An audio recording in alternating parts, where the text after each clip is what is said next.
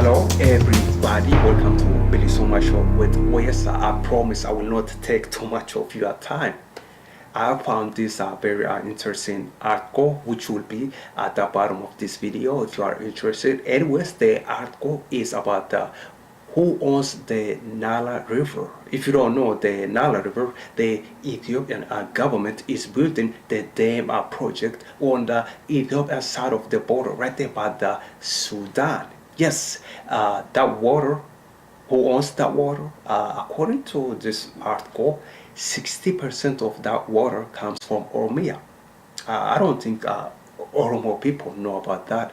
Anyways, if you are interested, again, the article has been published just a couple days ago. It's available at the bottom of this video.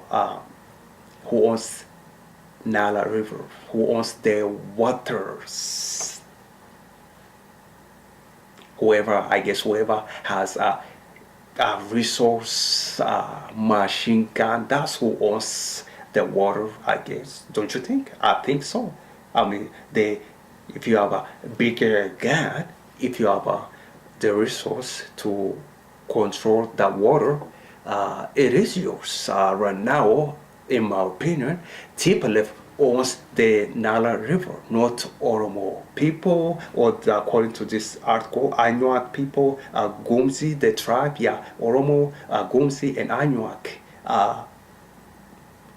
This part of the water comes from those people, those are tribes, and nobody, the Tigray, TPLF, Liberation for Tigray, TPLF, Tigrinya speakers, they, of course, if you don't know, they control the resource, the bank, army.